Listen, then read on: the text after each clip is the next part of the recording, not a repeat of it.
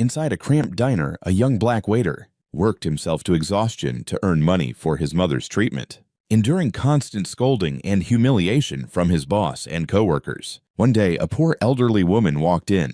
Everyone looked down on her and refused to serve her. Only he stepped forward, treating her kindly. When he saw her struggling with her toast, her hands trembling violently from illness, he quietly stepped in to help. He had no idea that this small act of kindness would set off a chain of events that would change his life forever. Before we go back, let us know where you're watching from, and subscribe because tomorrow I've got something extra special for you. The grease stains on table 6 had been there for 3 days. Malik pressed the rag harder against the laminate surface, his knuckles white from the pressure. The chemical smell of the cleaner mixed with the burnt oil haze that permanently hung in the air at Tony's Burger. Somewhere behind him, a radio crackled out classic rock, the same 5 songs on repeat since he'd started working here 8 months ago. His phone buzzed in his apron pocket. Malik's hand froze mid-scrub. He knew that vibration pattern. 3 short bursts. Never anything good. He glanced toward the kitchen. Tony was bent over the grill spatula, in one hand, cigarette dangling from his mouth, despite the health code violations that would shut this place down in a heartbeat if anyone bothered to report them. The morning rush hadn't started yet. 7:55 a.m., 5 minutes of relative peace. Malik pulled out his phone and turned away from the kitchen, hunching his shoulders like that would somehow create privacy in a room the size of a storage closet. "Yeah," he said quietly. The voice on the other end didn't waste time with pleasantries. 3 weeks, Malik. 15 grand or I pay your mother a visit. You understand what I'm saying. Malik's throat went dry. He swallowed hard, tasting yesterday's coffee and this morning's fear. "I understand. I promised, didn't I? I'll get it." "You better." The line went dead. Malik stood there for a moment, phone still pressed to his ear, like he was still listening, like the conversation hadn't just ended with a threat against the only person in the world who mattered to him. His mother didn't know about the debt. She didn't know he'd borrowed money from the kind of people who don't take "I need more time" as an answer. She just knew her dialysis treatments cost more than their insurance covered, and somehow her son always found a way to pay. "Hey, Prince Charming!" Malik jumped. Tony's voice cut through the fog in his head like a rusty knife. "You gonna stand there dreaming about your kingdom all day, or you gonna finish prepping? We got customers in 5 minutes." Malik shoved the phone back in his pocket and turned around. Tony stood at the counter, one meaty hand pressed against the cash register, the other pointing at Malik with the spatula. His face was red. It was always red, like his blood pressure was in a constant state of emergency. Sweat stains darkened the armpits of his shirt, despite the autumn chill outside. "Sorry, Tony. I'm on it."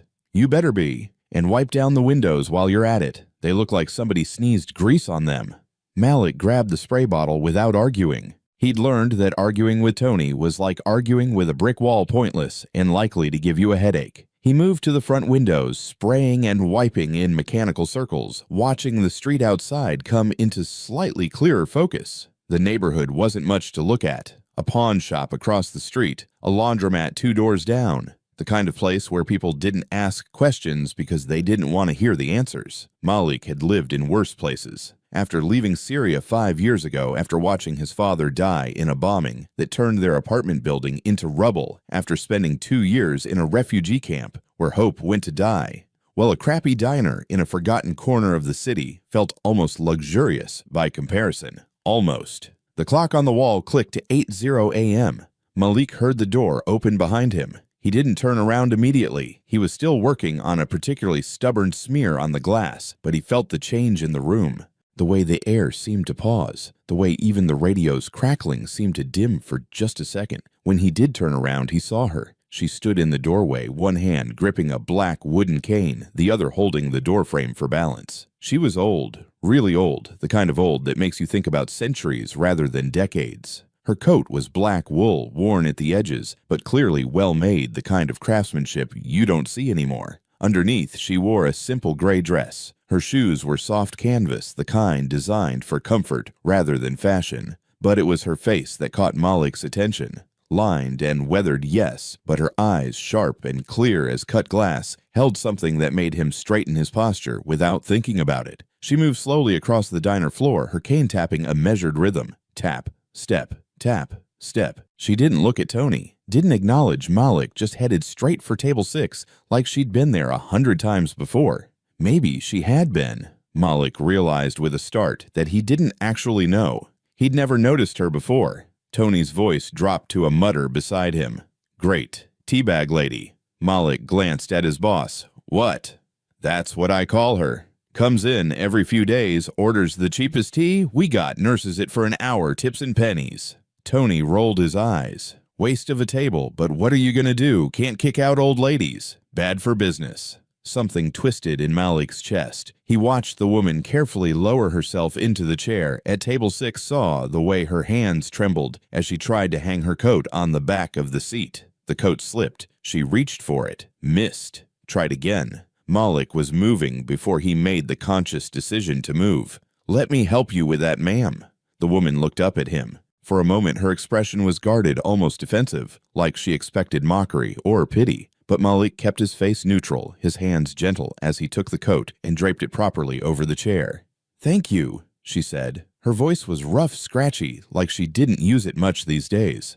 "No problem." Malik pulled out his order pad. "Cold morning today. Can I get you something to warm you up?" The woman, Eleanor, though Malik didn't know her name yet, folded her hands in her lap. They continued to tremble, a slight but constant movement she couldn't control. Parkinson's, Malik thought. His uncle had it back before the war. Earl Grey tea. No sugar. She paused, then added almost reluctantly, "and a slice of buttered toast. The cheapest one you have." "Coming right up." Malik headed to the kitchen, writing down the order, even though he'd remember it just fine. Behind him, he heard Tony snort. "Cheapest one, like I said. Waste of space." Malik didn't respond. He put the order slip on the counter and moved to prepare the tea himself. The hot water from the dispenser sputtered before flowing, probably sediment in the pipes again. He placed the tea bag in a cup, not the chipped one Tony would have used, but one of the better ceramic mugs they kept for, well, Malik wasn't sure who they kept them for, but they existed, so he used one. The toast was another matter. The bread they had was the industrial white bread that came in plastic bags, the kind that could survive a nuclear winter, and probably had. Malik dropped 2 slices in the toaster and waited, watching the coils glow orange. When the toast popped up, it was dark. Too dark. Almost burnt around the edges, the kind of toast that would crumble into charcoal if you bit it wrong. He buttered it anyway, margarine not real. Butter, but what could you do, and placed it on a plate. He started to walk it out to table 6, then stopped. He looked at the toast, looked back at the kitchen, made a decision. Grabbing a knife, a sharp one, not the dull butter knives they gave customers, Malik carefully sliced off all the dark, crusty edges. He worked quickly, his hands steady, despite the phone call still echoing in his head, despite the $15,000 he didn't have, and the 3 weeks that would pass faster than falling rain. The burnt edges fell away, leaving only the soft, pale center of the bread. Then he did something he'd never done before at Tony's Burger. He cut the remaining bread into 4 perfect triangles each, one small enough to eat in a single bite, each one arranged on the plate like it actually mattered how food looked. He added a small sprig of parsley from the prep station, probably meant for the burgers they'd serve at lunch. But Tony wouldn't miss it and carried the plate out like he was serving something that cost more than $2.50. Eleanor was sitting very still when he approached, her hands folded in her lap, her gaze fixed on the scarred tabletop. She looked up when he set the plate down, and Malik watched her expression shift from expectation to surprise to something else, something he couldn't quite read. "There you go, ma'am. Earl Grey, no sugar, and toast." He paused, then added, "The chef burned the edges, so I trimmed them off. Hope that's okay." It was a lie. The toast wasn't more burned than usual, but it felt important somehow not to make her feel like charity case. Eleanor looked at the 4 perfect triangles arranged on the white plate. She looked at them for a long time, longer than anyone should look at toast. When she finally raised her eyes to meet Malik's, something had changed in them. "What's your name?" she asked. "Malik, ma'am." "Malik." She tested the name like she was trying it on. "Thank you, Malik. This is very kind. Just doing my job." "No." Her voice was firm despite its roughness. "This is not just doing your job." She picked up one of the triangles. Her hand shook that constant tremor, but the small size meant she could grip it. She took a bite, chewed slowly, swallowed. "Perfect," she said quietly. Malik felt heat rise to his face. He wasn't used to compliments, especially not for something as simple as cutting bread into smaller pieces. "Enjoy your meal, ma'am. Let me know if you need anything else." He turned to walk away, but her voice stopped him. "Malik." "Yes, ma'am." "Do you believe in kindness?" The question caught him off guard. He stood there, one hand still holding the empty tray, thinking about his mother in the hospital, about the men who'd threatened her, about Tony's casual cruelty, about the world that had taken his father and his home and left him scrubbing grease stains for minimum wage. "I try to," he said finally. "Not always sure it matters much, but I try." Eleanor nodded slowly, like he'd said something profound instead of something tired. "It matters more than you know." Malik went back to work. The morning rush came, such as it was. A few construction workers grabbing coffee and egg sandwiches. A woman who looked like she'd been up all night ordering black coffee and nothing else. A teenager skipping school trying to look tough and failing. Malik served them all, wiped down tables, refilled the napkin dispensers, and tried not to think about the phone call. 3 weeks. $15,000. Every time he ran the numbers in his head, they came up the same impossible. Eleanor sat at table 6 for exactly 1 hour. She ate her toast slowly, one careful triangle at a time. She sipped her tea. She didn't pull out a phone or a book. She just sat there watching the diner like it was the most interesting place in the world. When she finally stood to leave, Malik was at the register. She approached, slowly counting out exact change from a small cloth purse. $3.50. No tip visible. "Thank you for the meal," she said. "You're welcome, ma'am. Have a good day." She nodded and turned toward the door. Malik watched her go, watched the careful way she navigated around the other tables, watched her push open the door and disappear into the gray morning outside. He turned back to find Tony standing at the register, arms crossed, smirking. "Let me guess. No tip." "She paid for her meal, Tony." "Yeah, and took up a table for an hour. You know what that costs us?" Tony shook his head. "You're too soft, kid. This is a business, not a charity." Malik didn't argue. He just started clearing table 6, stacking the dishes, wiping down the surface. That's when he saw it. Tucked under the edge of the saucer, partially hidden by the paper placemat, was a coin. Not a quarter, not a penny. A silver dollar. Old, tarnished. The kind of coin you don't see in circulation anymore. The kind that might actually be worth something. Malik picked it up, felt its weight in his palm. It was heavier than modern coins, solid in a way that felt significant. Tony appeared beside him, glancing at the coin. "What's that? A buck, wow. Big spender." He laughed and walked away, already dismissing it. But Malik didn't dismiss it. He stood there holding the coin, thinking about the way Eleanor had looked at the toast, the way she'd asked about kindness, the way she'd said perfect like she meant it. He slipped the coin into his shirt pocket right over his heart and got back to work. He didn't know why he did it. He didn't know that the coin would still be there 3 weeks later when everything changed. He didn't know that the old woman who'd spent an hour nursing cheap tea would alter the course of his entire life. All he knew was that for one moment in a crappy diner that smelled like old grease and broken dreams, someone had seen him. Really seen him. Not as a server or a refugee or a man drowning in debt. Just as someone who'd cut toast into triangles because it was the right thing to do. And somehow that felt like enough. Eleanor came back 3 days later. Malik saw her through the window before she even reached the door. Same black coat, same wooden cane, same careful measured steps that made every movement look like a negotiation with gravity. This time he was ready. He'd already wiped down table 6 twice that morning, even though it hadn't been used yet. Tony had given him a weird look, but didn't say anything. Maybe he was learning to pick his battles, or maybe he just didn't care enough to ask why his employee was obsessing over a corner table that barely saw any traffic. The door opened. Eleanor stepped inside, and again that strange pause in the air, like the whole diner took a breath and held it. She didn't acknowledge Malik as she made her way to table 6. Didn't smile or wave or show any sign that she remembered him from 3 days ago. She just walked tap, step, and lowered herself into the same chair she'd occupied before. Malik approached with his order pad already out. "Good morning, ma'am. Earl Grey again." Eleanor looked up at him. For a second, he thought he saw the corner of her mouth twitch. Not quite a smile, but something close. "Yes, and the toast. If it's not too much trouble." "No trouble at all." He went to the kitchen, and this time he didn't wait for the toast to come out burnt.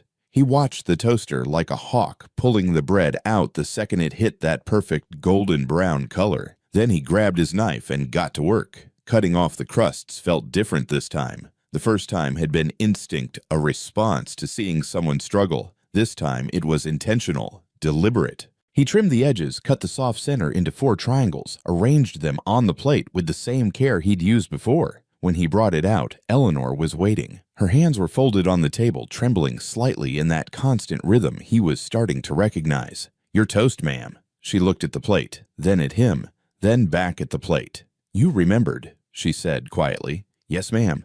"Most people don't."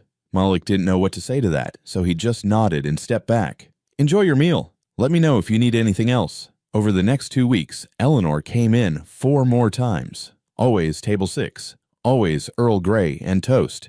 Always the same quiet gratitude when Malik brought out the triangles. They didn't talk much. A few pleasantries about the weather, a comment here and there about the radio station Tony insisted on playing. Nothing deep, nothing personal, but something was building between them. Malik could feel it in the way Eleanor's eyes followed him when he moved around the diner, in the way she seemed to time her visits for when the place was least crowded, like she wanted to minimize the chances of being rushed out. And every time she left, there was a silver coin under the saucer.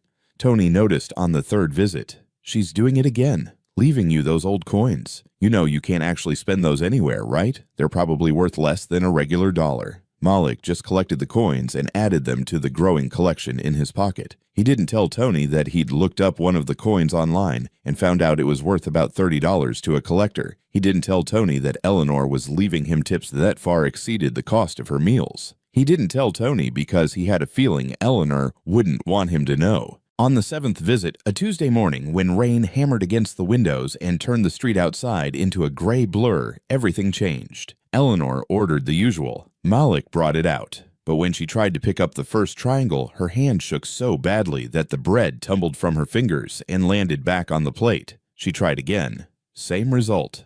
The sound of the bread hitting ceramic wasn't loud, but in the quiet diner, it might as well have been a gunshot. 2 construction workers at the next table glanced over. One of them smirked and elbowed his buddy. They didn't say anything, but they didn't need to. The mockery was written all over their faces. Eleanor's jaw tightened, her chin lifted in that proud way Malik had seen before, but this time her eyes were wet. Not crying, she wouldn't let herself cry in public, but close. She set down the triangle and pushed the plate away slightly like she was done.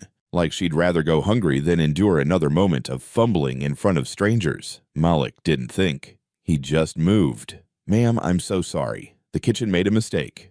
Eleanor looked up at him confused. "What?" "The toast. It's too thick. That's not how we're supposed to serve it." He picked up the plate. "Let me get you a fresh one. On the house." "But there's nothing wrong with—" "Please, I insist.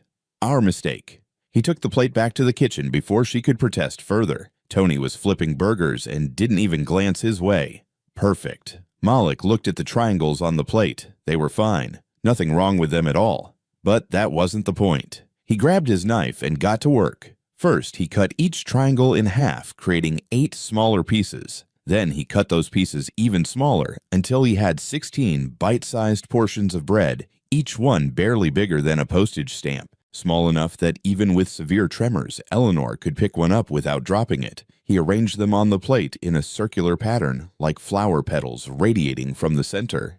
It looked deliberate, artistic even. Not like something created out of necessity, but like something any upscale restaurant might serve. When he brought it back out, Eleanor stared at the plate for a long moment. "Your fresh toast, ma'am. Chef's special preparation." Her eyes met his. And in that moment, Malik saw understanding pass between them. She knew. She knew he'd just saved her dignity in front of a room full of strangers. She knew this wasn't about the toast at all. "Thank you, Malik," she said softly. She picked up one of the tiny pieces. Her hand shook, but the bread was so small and light that she managed to get it to her mouth without incident. She chewed slowly, swallowed, and reached for another piece. The construction workers went back to their coffee. The moment passed. But something had shifted. When Eleanor finished her meal and stood to leave, she paused by the register where Malik was standing. She reached into her purse, not the cloth one she usually carried, but a small leather wallet he hadn't seen before. "Malik," she said quietly, "do you have children?" The question caught him off guard. "No, ma'am, just my mother. She's sick." Eleanor nodded slowly, like this confirmed something she already suspected. "Dialysis." Malik's eyes widened. "How did you—" "I recognize the look. My late husband had kidney disease." She pulled out a business card and pressed it into his hand. "If you ever need help navigating the medical system, call this number. Tell them Eleanor sent you." Malik looked at the card. It was cream-colored heavy stock with embossed lettering that read, "Dr. Patricia Chen, nephrology specialist," and a phone number. "Ma'am, I can't." "Yes, you can." Eleanor's voice was firm.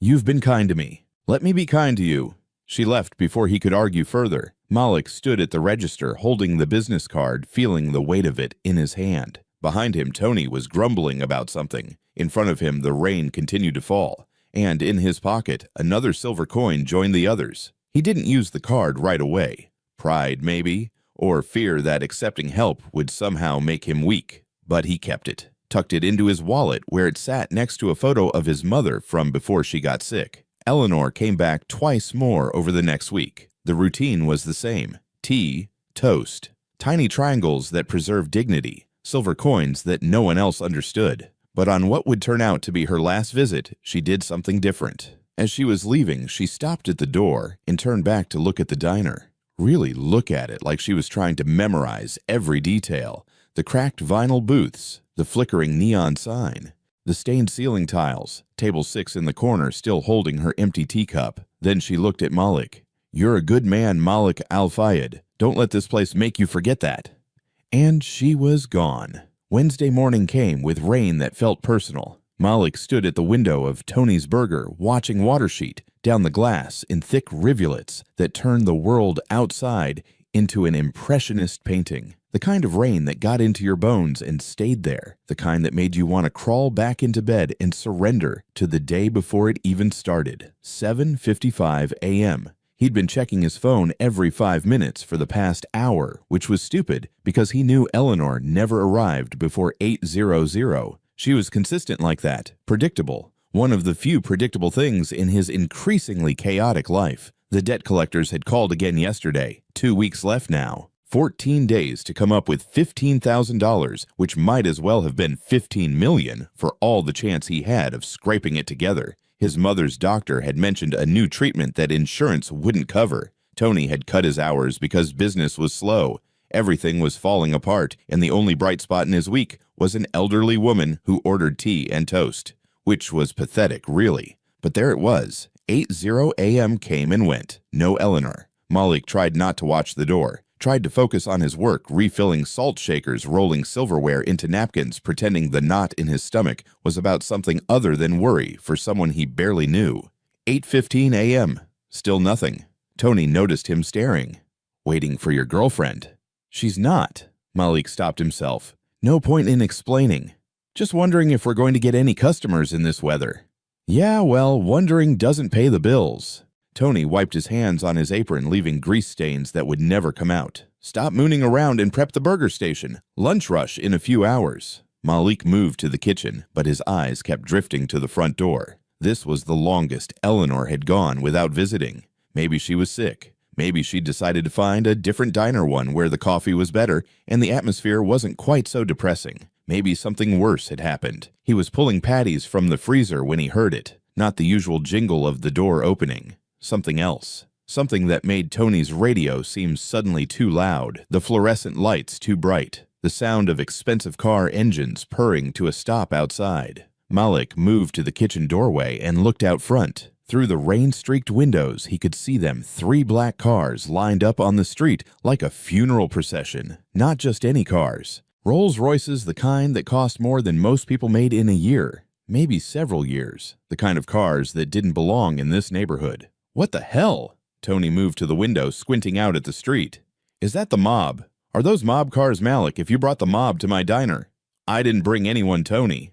But his heart was hammering, because debt collectors didn't drive Rolls-Royces. They drove beat-up sedans and knew how to make people disappear quietly. This was something else, something bigger. The car doors opened. Men in black suits emerged holding umbrellas that snapped open in perfect synchronization. They weren't young thugs or tired collection agents. They moved with military precision, creating a pathway from the middle car to the diner entrance. Then a man stepped out of the lead vehicle. He was older, maybe 60, with silver hair combed back from a face that looked like it had been carved from marble. His suit probably cost more than Malik made in 6 months. He didn't hurry through the rain, didn't hunch his shoulders or try to dodge the drops. He just walked calm and unhurried, like the weather wouldn't dare touch him without permission.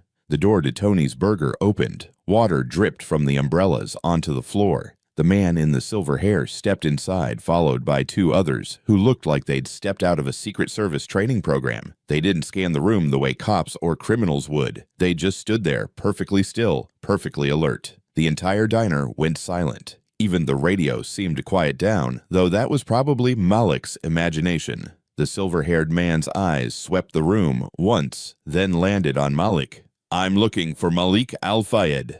Tony's head swiveled toward Malik so fast it should have given him whiplash. His expression cycled through confusion, suspicion, and finally landing on betrayal. "Oh, you've got to be kidding me. You're in trouble with these guys. What did you do, steal from the mob?" I don't." Malik stepped forward, his legs feeling like they'd been filled with concrete. "I'm Malik." The man studied him for a moment, and Malik had the unsettling feeling of being assessed down to his molecular structure. Then the man's expression softened, not by much, but enough to make him look almost human.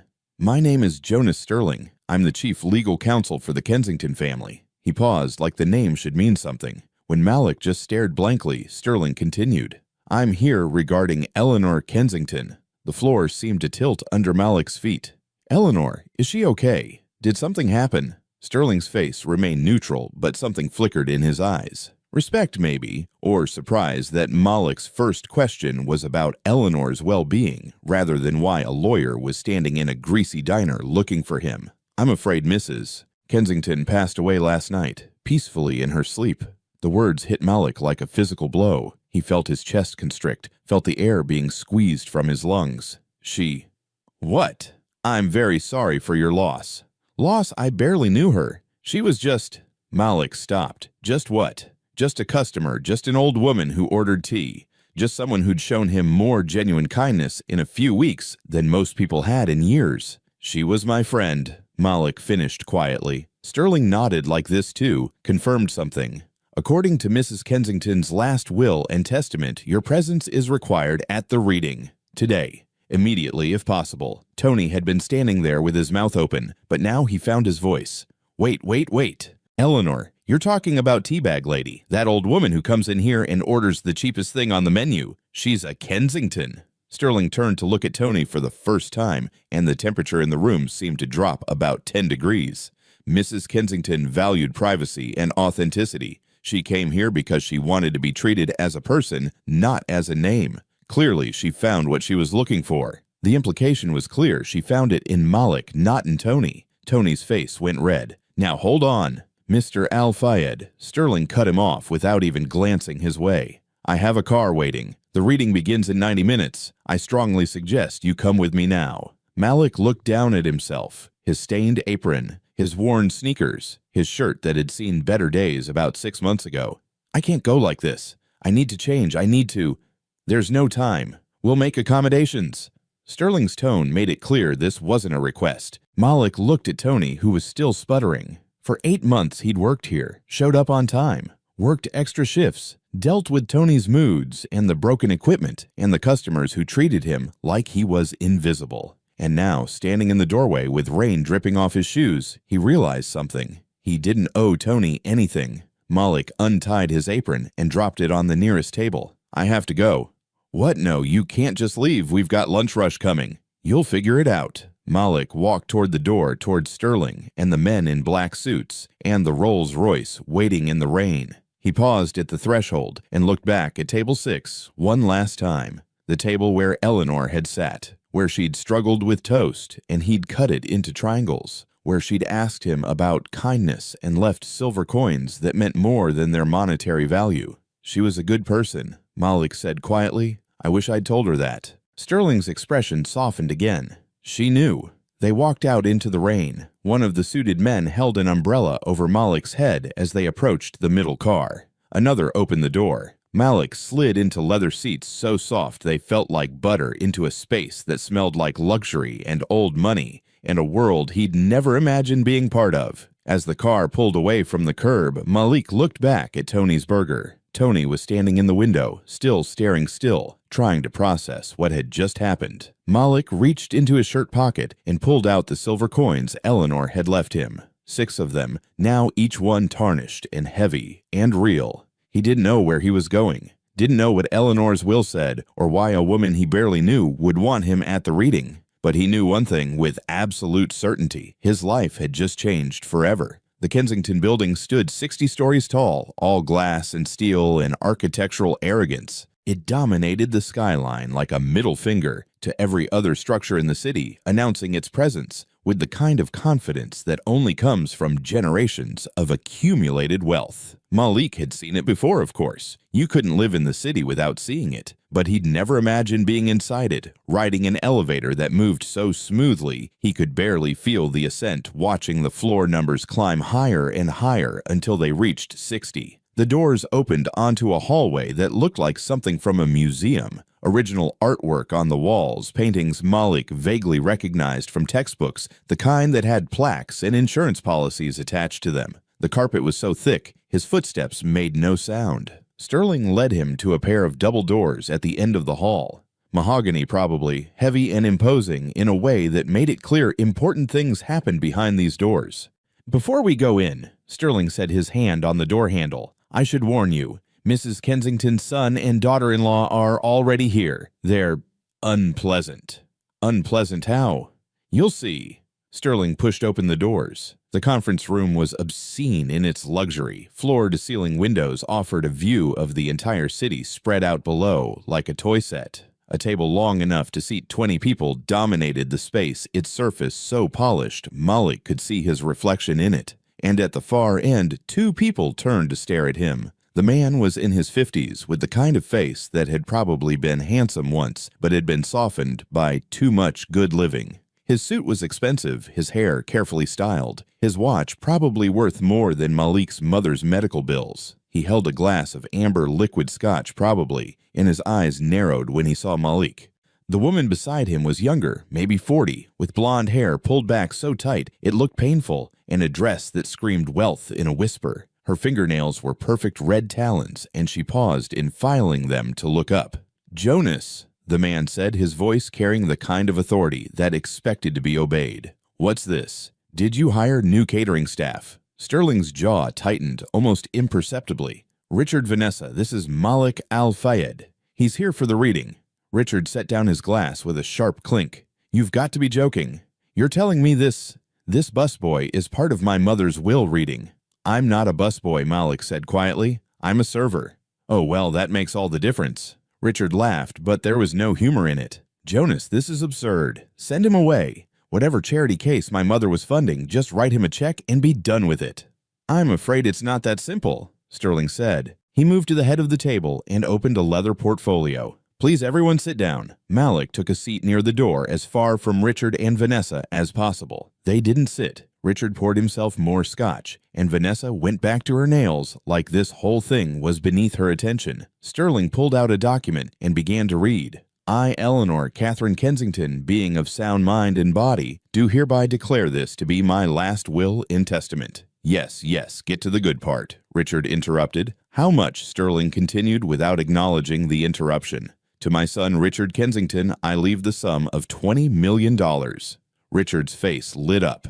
$20 million. That's it. Mother's estate is worth $4 billion. What about the rest? The company, the properties? To my daughter-in-law, Vanessa Kensington, I leave the sum of $20 million and my collection of jewelry." Vanessa looked up from her nails, frowning. "Just the jewelry. What about the art collection, the houses?" Sterling turned a page, and his voice took on a different quality, harder, more formal. "The remainder of my estate, including all shares of Kensington Holdings, all real estate properties, all liquid assets, and all trusts, shall be placed into the Eleanor Kensington Memorial Foundation." This foundation will be administered by a single trustee with full voting rights and complete authority over all decisions." The room went silent. "And who," Richard said slowly, "is this trustee?" Sterling looked directly at Malik. "Malik Al-Fayed." For a moment, nobody moved, nobody breathed. The city spread out below them, oblivious to the bomb that had just been dropped 60 floors above street level. Then Richard exploded. "What?" He slammed his glass down so hard it shattered scotch, spraying across the perfect table. "That's impossible. She can't. This is fraud, Jonas. This is obviously fraud. This little con artist probably manipulated her, took advantage of an old woman." Mr. Kensington Sterling's voice cut through the rage like a knife through butter. "I assure you, this will has been reviewed by 6 different law firms. Your mother was thoroughly evaluated by 3 separate psychiatrists in the weeks before her death. She was completely competent in acting of her own free will." Malik couldn't breathe, couldn't think. The words were bouncing around in his skull but refusing to form coherent meaning. Foundation, trustee, $4 billion. $4 billion. Why? The word came out as barely a whisper. Why would she do this? Sterling pulled out another sheet of paper. Mrs. Kensington left a letter. She wanted it read aloud at this meeting. He cleared his throat and began. "To my son Richard, I am leaving you $40 million combined with your wife. It is more than enough to live comfortably for the rest of your life if you manage it wisely. But I am not leaving you my company or my legacy because you have never understood what they represent. To you, I have always been a bank account, a resource to be mined until depleted. You visited me 4 times in the last 5 years, and each visit lasted less than an hour. You never asked how I was, only what you would inherit." Richard's face had gone from red to white. Vanessa had stopped filing her nails. Sterling continued, "To Malik Al-Fayed, we met only a handful of times, but in those meetings, you showed me more genuine humanity than I have received from my own family in decades. When I struggled to eat, you didn't offer pity. You offered dignity. You cut my toast into small pieces, not because I asked, but because you noticed I needed help, and you cared enough to provide it without making me feel diminished." Malik's eyes burned. He blinked rapidly, trying to keep the tears at bay. "You are being given this responsibility, not because you deserve to be wealthy, but because you understand something my son never learned, that wealth is not about accumulation, it's about stewardship. You know what it means to serve others. You know what it means to see people as human beings rather than as means to an end. This is insane." Richard lurched toward Malik, and for a second, Malik thought the man was actually going to hit him. "You did something to her. You manipulated a sick old woman. You're nothing but a—" He grabbed Malik's shirt collar. The 2 men in black suits who had been standing so still, Malik had almost forgotten they were there, moved with frightening speed. They had Richard's arms pinned before he could finish his sentence, before he could do more than wrinkle Malik's shirt. Sterling stood up, and when he spoke, his voice could have frozen fire.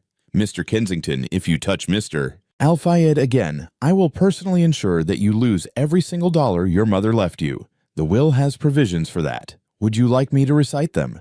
Richard struggled for a moment, then went limp. The security guards released him, and he staggered back, breathing hard. "This isn't over," he hissed. "I'll challenge this. I'll tie it up in court for years. You'll never see a penny. You little—" "The will is ironclad," Sterling interrupted. "We anticipated challenges. We prepared for them. You can try, Mr. Kensington, but you will lose. The only question is whether you'll lose the $20 million in the process." Vanessa grabbed Richard's arm. "Richard, stop. Just stop." But Richard wrenched his arm away from her and pointed at Malik with a shaking finger. "You think you've won. You think you can just waltz in here and take what's mine. You have no idea what you're dealing with.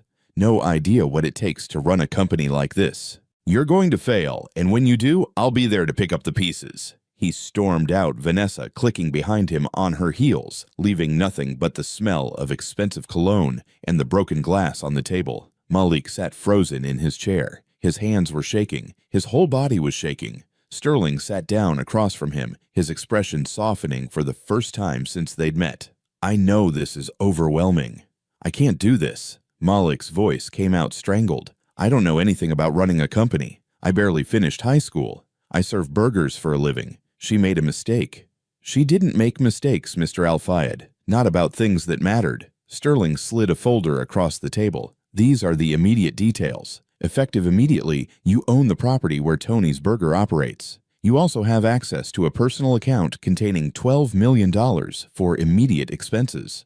The rest is held in the foundation, which you control entirely. $12 million. The number was so big it lost meaning. Malik could pay off his debt, pay for his mother's treatment, buy her a house, buy himself a house, never work another day in his life. "There's one more thing," Sterling said. He pulled out a small wooden box and pushed it across the table. "Mrs. Kensington left this for you specifically. She said you'd know what to do with it." Malik opened the box with trembling hands. Inside was a platinum key and a white card with an address written in elegant script. Below the address was a handwritten note. "Come to the penthouse. The code is the date you first cut the triangles for me. Everything you need to know is there. E." Malik stared at the note, at Eleanor's handwriting, at the proof that this wasn't some elaborate prank or mistake. She'd planned this, all of it. "Mr. Al-Fayed," Sterling's voice was gentle. "Are you all right?" Malik looked up at him, this stranger who'd walked into his life an hour ago and turned it upside down. "No," he said honestly. "I'm not all right at all." "That's perfectly reasonable." Sterling stood up. "The car will take you to the penthouse. Take your time there. When you're ready, call me. We have a lot to discuss." He left, and Malik was alone in the conference room with a view of the entire city and a key to a life he'd never imagined possible. He reached into his pocket and pulled out the silver coins Eleanor had left him. 6 coins that he now knew were worth far more than $30 each. 6 coins that had been tests, maybe, or gifts, or both. He closed his fist around them, feeling their weight, their realness. "Why me?" he whispered to the empty room.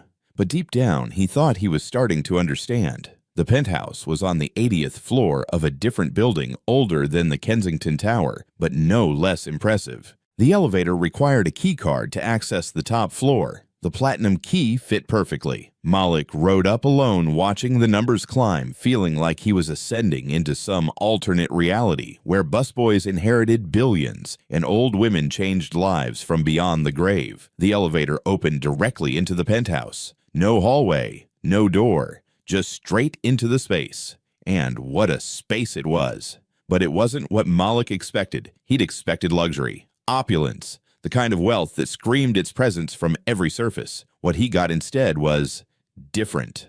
The main room was large but not obscene. Comfortable furniture, well-worn, bookshelves covering entire walls packed with volumes that looked actually read rather than decoratively arranged. Photos in simple frames. Eleanor as a young woman, Eleanor with a man who must have been her husband, Eleanor, receiving awards and shaking hands with people Malik vaguely recognized as important. But the far wall was what caught his attention. It was completely covered in papers, photos, and notes, all connected by red string like something from a detective movie. Malik walked closer, his footsteps silent on the hardwood floor. The left side of the wall was all about Richard. Financial records, bank statements showing massive debts, photos of him entering buildings that even Malik recognized as casinos, printed emails discussing the sale of Kensington Holdings to something called Vulture Capital. Richard wasn't just a disappointment. He was actively trying to destroy his mother's company. The right side of the wall was about Malik. His breath caught. There were photos of him taken without his knowledge, obviously.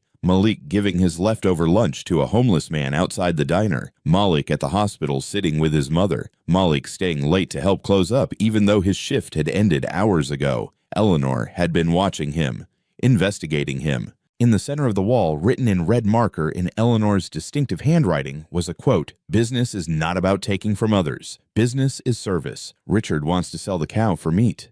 I need someone who knows how to milk it to feed the village." Below that, another note. "Malik, if you're reading this, I'm gone. I'm sorry to burden you, but I couldn't let Richard destroy everything my husband and I built. The $12 million isn't for you to enjoy. It's ammunition. Use it." Malik turned away from the wall, his mind reeling. He walked to the window and looked out at the city. Somewhere down there was Tony's Burger. Somewhere down there was his apartment with the leaking faucet and the neighbors who fought at 2 a.m. Somewhere down there was his old life. His phone rang. Unknown number. He almost didn't answer, but something made him pick up. "Mr. Al-Fayed, this is Dr. Chen. I understand Eleanor Kensington gave you my card." Malik had forgotten about the card. "Yes, but I heard about Eleanor's passing. I'm very sorry. She was a remarkable woman." Dr. Chen's voice was warm, professional. "She called me 2 weeks ago. asked me to reach out to you today if anything happened to her. She said your mother needs help. Yes, dialysis, but we can't afford. Your mother has an appointment with me next Tuesday. All expenses covered. Eleanor set up a medical trust before she died. Your mother will receive the best care available, Mr. Al-Fayed. You don't need to worry about that anymore. Malik's legs gave out. He sat down hard on the floor, the phone pressed to his ear, tears streaming down his face. She did that before she died. Eleanor took care of the people she cared about, always. Dr. Chen paused. She also left a message for you. She said to tell you kindness always matters, even when you can't see the results. The call ended. Malik sat on the floor of a penthouse worth more than he could calculate, crying for a woman who'd ordered tea and toast, and somehow seen past every defense he'd built, seen through to the person he was trying to be, despite everything. After a while, he wasn't sure how long he stood up, wiped his face, looked at the wall of evidence again. Richard was planning to sell Kensington Holdings in 3 weeks. There was a shareholders meeting scheduled. He'd already secured enough votes from board members who wanted quick profits over long-term growth. Eleanor had left Malik the tools to stop it. The 12 million, the controlling shares, the legal authority. But did he have the courage? Malik pulled out his phone and called Sterling. Mr. Al-Fayed, the shareholders meeting. I need to be there. A pause. You understand what that means. Richard will fight you. The board will question your authority. The media will eat you alive. I understand. Malik's voice was steady now. Eleanor trusted me. I need to know why. And I need to stop Richard from destroying what she built. Very well, we have 3 weeks to prepare. I hope you're a fast learner, Mr. Al-Fayed. I've learned a lot from serving people, Mr. Sterling. Let's see if that's enough. After hanging up, Malik stood in front of the evidence wall for a long time. Then he took out his phone and took pictures of everything. Every document, every note, every piece of Eleanor's final message to him. He was about to leave when he noticed something else, a closet door he'd missed before. Inside hung a single suit, charcoal gray, clearly expensive, clearly tailored. A note pinned to it read, size 40. I had it made for you 3 weeks ago. Don't let me down. E. Malik touched the fabric. It was softer than anything he'd ever worn. 3 weeks ago, before she died, before she knew for certain when the end would come. She'd been planning this, preparing him, setting up the pieces on a chessboard he hadn't known existed. He took the suit. On his way out, he passed a mirror in the hallway. He stopped and looked at himself. Same face, same eyes. But something had changed in the past few hours. He wasn't just Malik the server anymore. He was Malik the trustee. Malik the guardian of Eleanor's legacy. Malik the man who cut toast into triangles because kindness mattered. And in 3 weeks, he was going to walk into a room full of sharks and prove that Eleanor Kensington hadn't made a mistake. The next morning, Malik returned to the penthouse with Sterling. Before we begin, Sterling said, setting his briefcase on the table, I need to make something clear. The 12 million in your personal account is yours to do with as you wish, but I strongly advise you to use it strategically. Richard is going to come after you with everything he has. Malik was standing in front of the evidence wall again, studying the web of connections Eleanor had mapped out. Tell me about Vulture Capital. Sterling joined him at the wall. Corporate raiders. They specialize in hostile takeovers of family businesses. They strip the valuable assets, sell off the pieces, and leave a shell company behind. Kensington Holdings is worth about $4 billion as an operating entity. Vulture Capital has offered Richard $2 billion in cash for immediate sale. That's if he can get majority shareholder approval. But Eleanor left me the controlling shares. Yes and no. Sterling pulled out a document. Eleanor had 42% of shares. You now control those through the foundation. But there are other shareholders, board members, investors, family trusts. Richard has been buying votes. Some he's bribing, some he's pressuring. He's close to having enough support to override your veto. Malik turned away from the wall. How do I stop him? Expose him. Show the board what he's really doing. Prove that the sale would hurt the company and everyone in it. Sterling paused. But that requires you to understand the business. Really understand it. Then teach me. For the next 2 weeks, Malik lived in 2 worlds. By day, he returned to Tony's Burger. Not as an employee, Sterling had informed Tony that Malik was now technically his landlord, but to keep the place running. He promoted Rosa, the morning cook, who'd always been kind to him, to manager. He fired Tony. You're firing me. Tony's face went purple. From my own restaurant. It was never your restaurant, Tony. Eleanor bought it 8 months ago. You've just been running it into the ground. Malik kept his voice level. You've got 2 weeks to clear out. Rosa will take over. If you're lucky, she might hire you back as a line cook. But I doubt it. Tony sputtered, threatened, postured. But in the end, he left because Malik had the law on his side, and Tony had nothing but bluster. By night, Malik studied. Sterling brought in experts, financial analysts who broke down Kensington Holdings' business model, industry specialists who explained market trends, former executives who taught him about corporate governance. Malik learned that Kensington Holdings wasn't just a company, it was an ecosystem.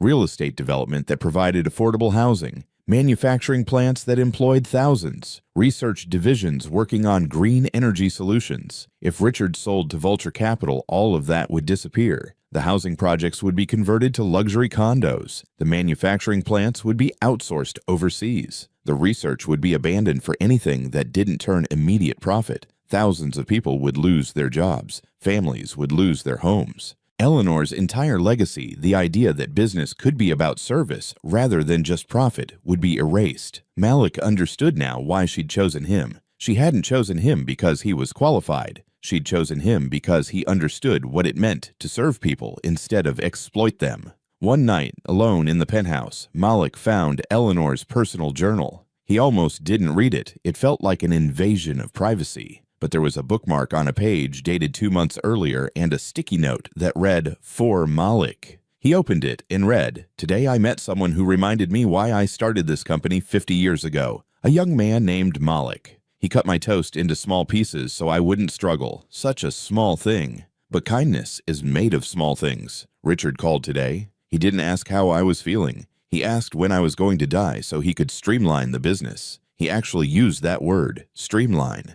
Like my life's work is just an inconvenient complexity to be simplified. I've decided the business goes to Malik. Richard will hate me for it. The board will question it. But I've watched Malik for 2 months now. He gives his lunch to homeless people. He stays late to help coworkers without being asked. He visits his mother every day after his shift, even though he's exhausted. If he can care about a stranger's dignity over a piece of toast, he can care about this company's soul. That's all I need. The rest he can learn. Malik closed the journal, his throat tight. The day before the shareholders' meeting, Sterling brought him the suit Eleanor had made.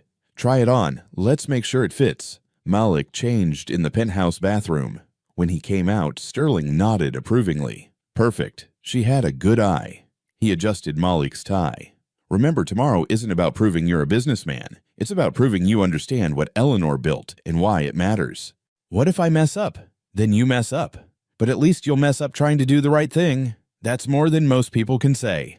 That night, Malik couldn't sleep. He stood at the penthouse window, looking out at the city, thinking about Eleanor sitting at table 6, thinking about all the people whose lives depended on what happened tomorrow. He reached into his pocket and pulled out the silver coins. He'd learned their story from Sterling. They were Morgan silver dollars from 1884, the year Eleanor's grandfather had founded the company. She'd carried them her whole life as a reminder of where she came from, and she'd given them to Malik. 1 per visit, 6 coins for 6 encounters that had changed everything.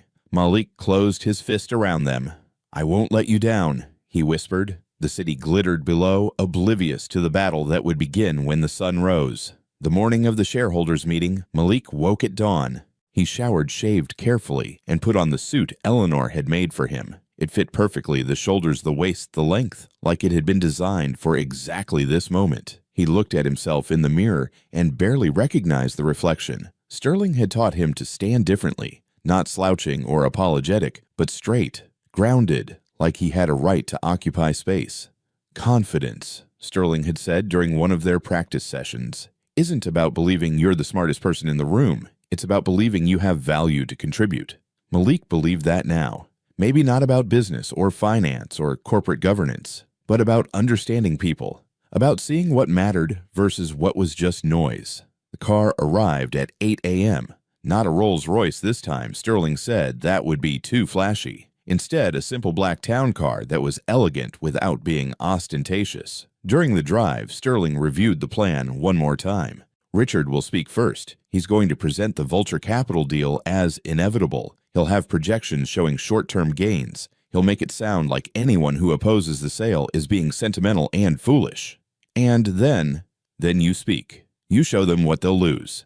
Not just money, Richard's presentation will be all about money. You show them people, communities, the actual impact of what Eleanor built. What if they don't care about people? Some won't, but some will. We only need to swing 5 board members to your side to block the sale. 5 people who remember why Eleanor built this company in the first place. They arrived at Kensington Tower with 20 minutes to spare. The shareholders' meeting was being held in the same conference room where Malik had first learned about his inheritance. 60 floors up.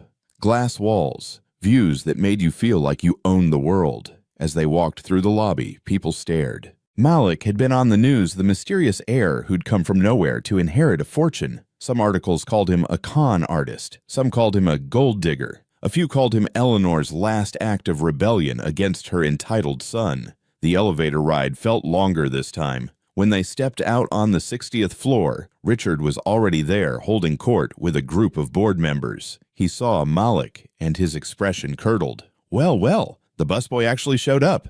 I half expected you to take the money and run. Richard's voice carried across the hallway. Tell me, Malik, have you ever even attended a shareholders meeting before? Do you know how any of this works? Malik met his gaze and didn't look away. I know how to listen to people. I know how to see what they need versus what they think they want. That's enough. Is it? Richard laughed, but it sounded forced. You're about to get destroyed in there. These people deal in billions. You deal in burgers. I dealt in dignity, Malik said quietly. Your mother understood the difference. Maybe that's why she left the company to me. Richard's face went red, but before he could respond, Sterling stepped between them. Gentlemen, it's time. The conference room filled quickly. 20 board members plus lawyers, financial advisors, and various executives whose titles Malik didn't fully understand. The head of the table was empty. The chairman's seat, Eleanor's seat. Richard moved toward it like it was his by right. Actually, Sterling said, pulling out a document under the terms of the will, Malik Al-Fayed holds the chairman position during this meeting. The room went silent. Richard looked like he'd been slapped. That's absurd. He doesn't have the experience. He has the votes. 42% controlling interest gives him the chair. Those are the company bylaws, Mr. Kensington. Bylaws your mother wrote. Malik walked to the head of the table and sat down. The leather chair was comfortable. The view was incredible, and every single person in the room was staring at him like he was an alien who'd just landed in their carefully ordered world. Let's begin, Malik said. Richard recovered quickly. He stood up, all professional charm and polished presentation skills. Ladies and gentlemen, thank you for coming. I know recent events have been unusual, but we're here to discuss business, not family drama. He clicked a button, and a presentation appeared on the massive screen behind him. Vulture Capital has made us an extraordinary offer. $2 billion cash for complete acquisition of Kensington Holdings.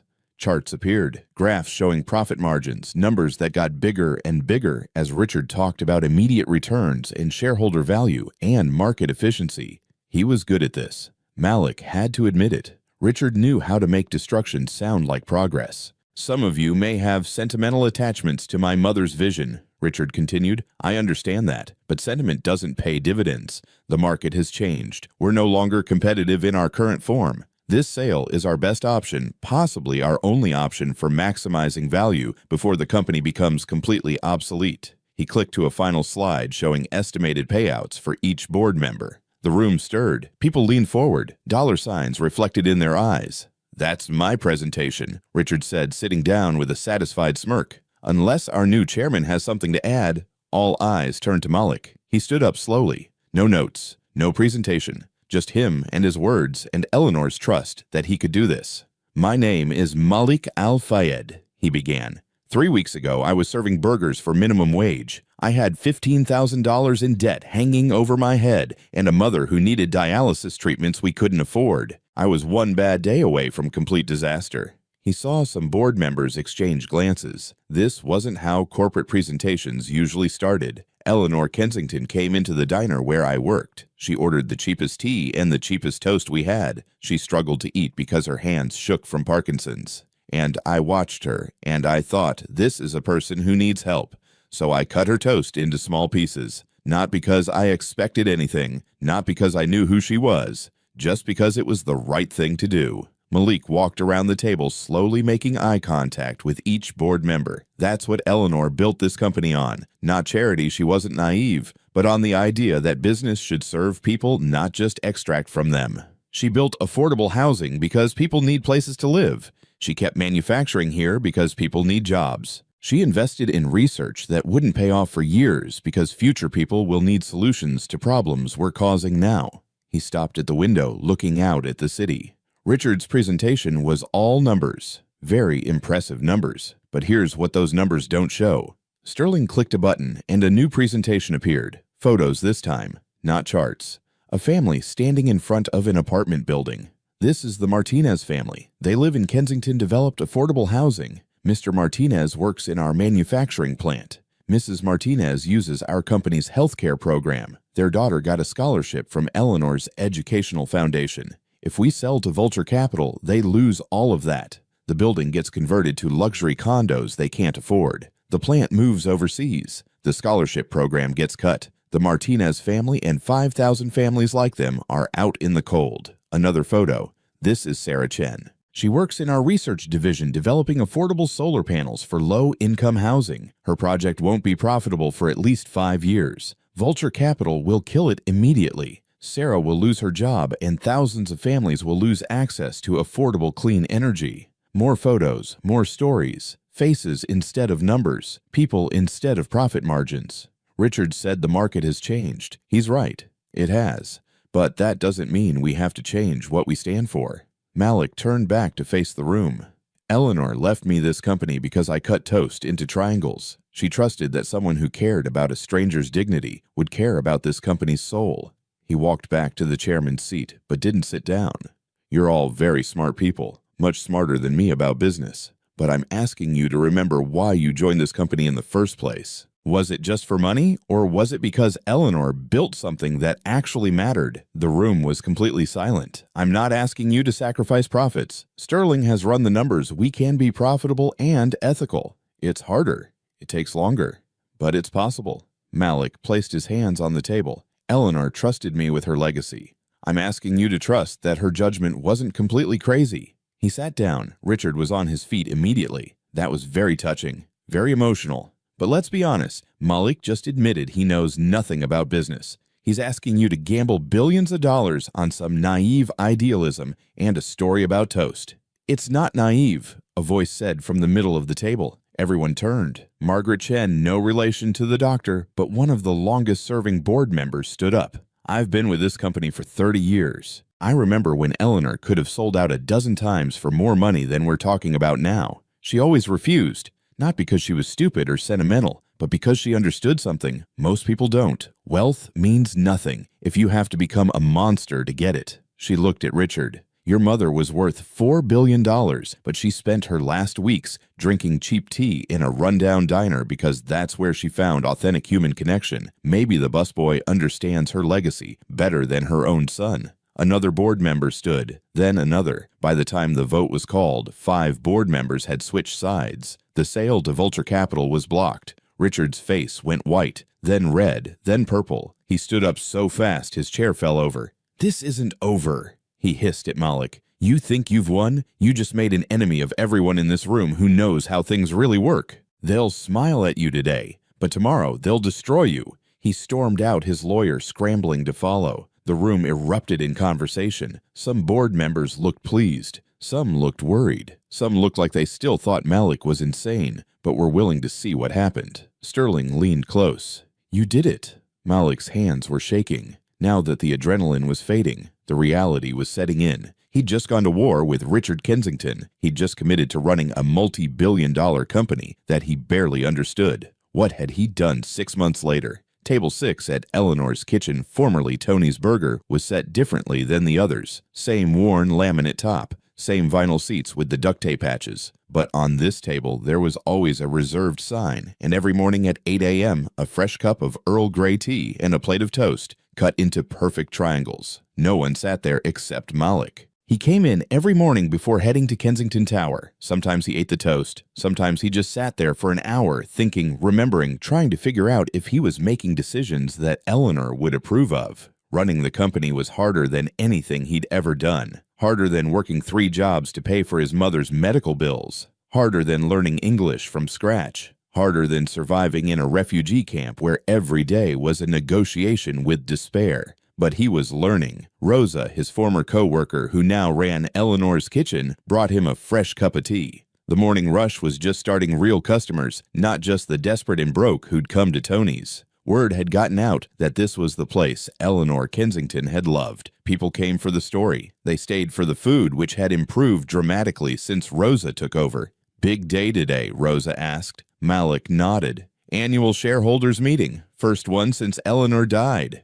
"You'll do great. You always do." He wished he had her confidence. The drive to Kensington Tower felt different now. He'd made changes, some controversial, some popular. He'd raised wages for the lowest paid workers. He'd killed 2 projects that were profitable but environmentally destructive. He'd refused 3 acquisition offers that would have made everyone rich but would have gutted the company's mission. The board was divided. Some loved him. Some tolerated him. Some were actively plotting to remove him. Richard had been quiet, too quiet. Sterling's investigators reported that he was meeting with competitors, with hostile investors, with anyone who might help him take back what he thought was his by right. The annual meeting would be Richard's chance to make his move. Malik arrived at the conference room to find it packed. Not just board members this time, but shareholders, press analysts. This was the meeting where the company's direction would be set for years to come. Richard was already there, of course, impeccably dressed, perfectly composed, surrounded by supporters.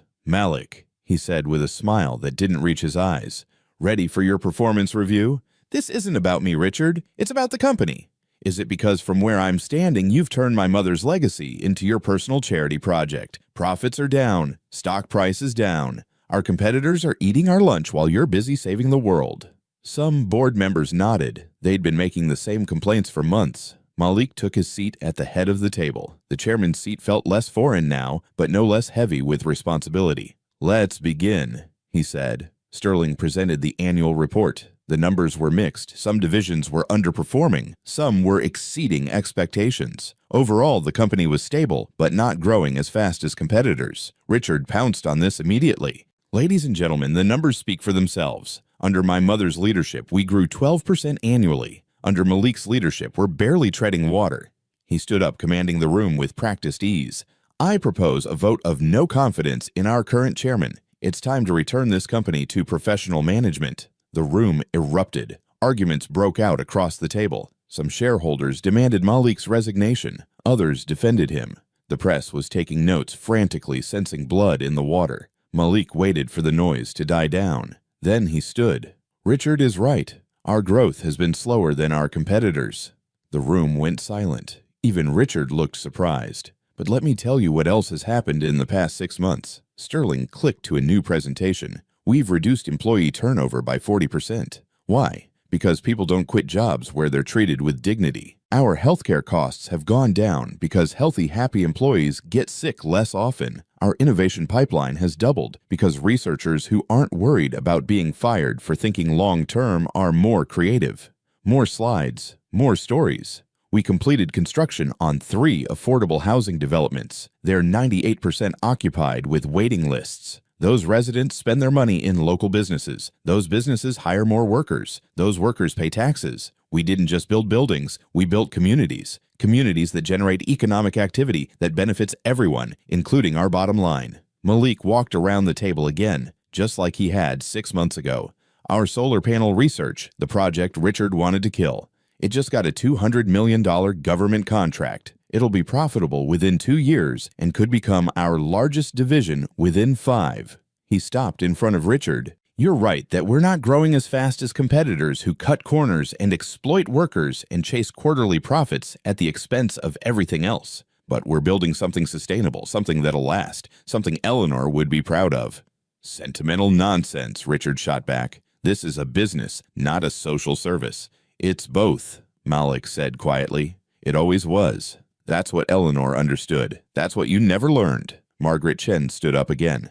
"I move that we table Richard's no confidence vote and instead vote on whether to extend Malik's chairmanship for another 2 years." "I second that motion," another board member said. The vote was closer than Malik would have liked, but when it was over, he'd won. Barely. By 3 votes. Richard's face was stone. He gathered his papers and walked to the door, then paused and looked back.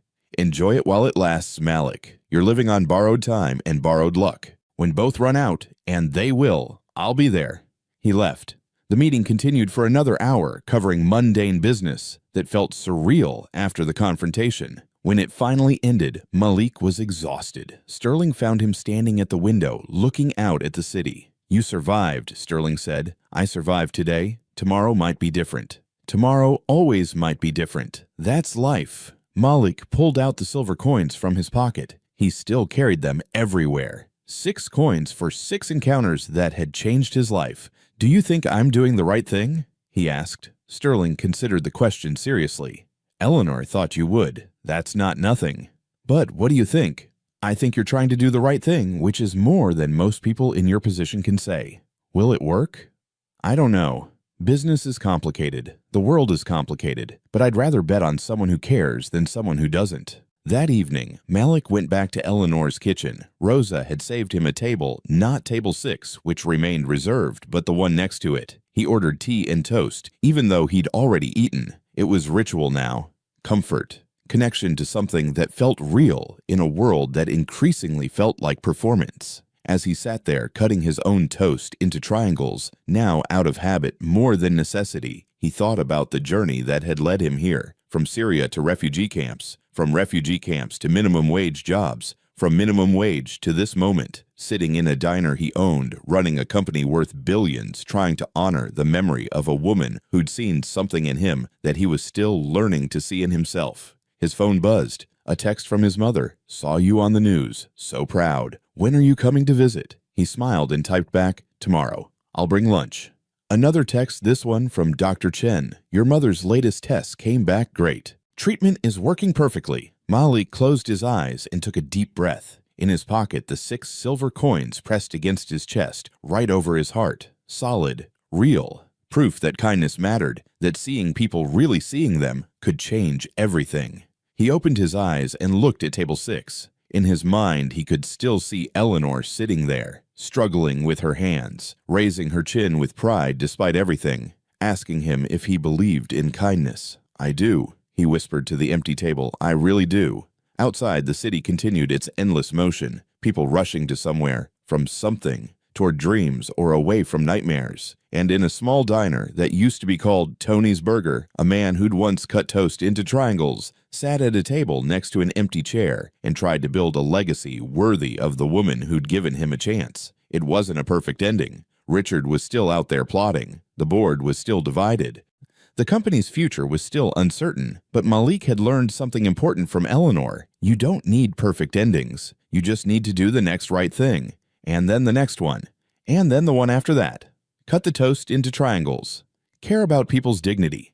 Build something that matters. Everything else was just details. He finished his tea, left a generous tip for Rosa, and walked out into the evening. Tomorrow would bring new challenges, new battles, new chances to prove Eleanor's faith in him wasn't misplaced. But tonight, he'd survived. He'd held on. He'd protected what mattered. And on table 6, where Eleanor had once sat with her trembling hands and fierce pride, a single silver coin rested on the clean surface, catching the light from the overhead lamp. Malik had left it there that morning. He left one every day now. A reminder, a promise, a prayer. That kindness would always matter. That dignity was worth fighting for. That somewhere somehow, Eleanor was watching, and maybe, just maybe, she was proud of what he was becoming. The door closed behind him, and the diner settled into its evening rhythm. Table 6 remained empty, as it always would, but it was never truly vacant. Some spaces hold memories too precious to fill with anything else. Join us to share meaningful stories by hitting the like and subscribe buttons. Don't forget to turn on the notification bell to start your day with profound lessons and heartfelt empathy.